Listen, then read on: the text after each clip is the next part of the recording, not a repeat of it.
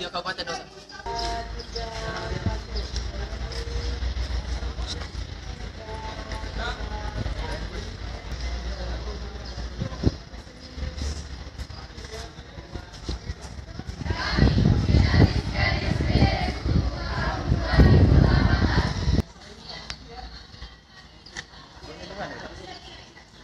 Bunyi di mana? Apa? Siap. 1, 2, 3.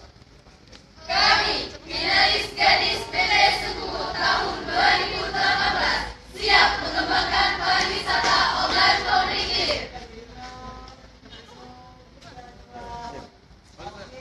Jadilah. Ini kan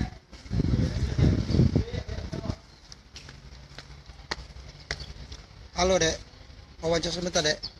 Harapan ke depan pariwisata Kabupaten Oki bagaimana Dek? Saya harap pariwisata Kabupaten Oki semakin maju, semakin berkembang, dan semakin jaya.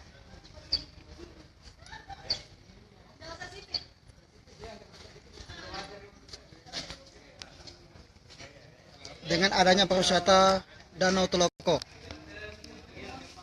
apa yang harus dikedepankan oleh Bujang Gadis Bendesi Gugu? Yang pasti dengan adanya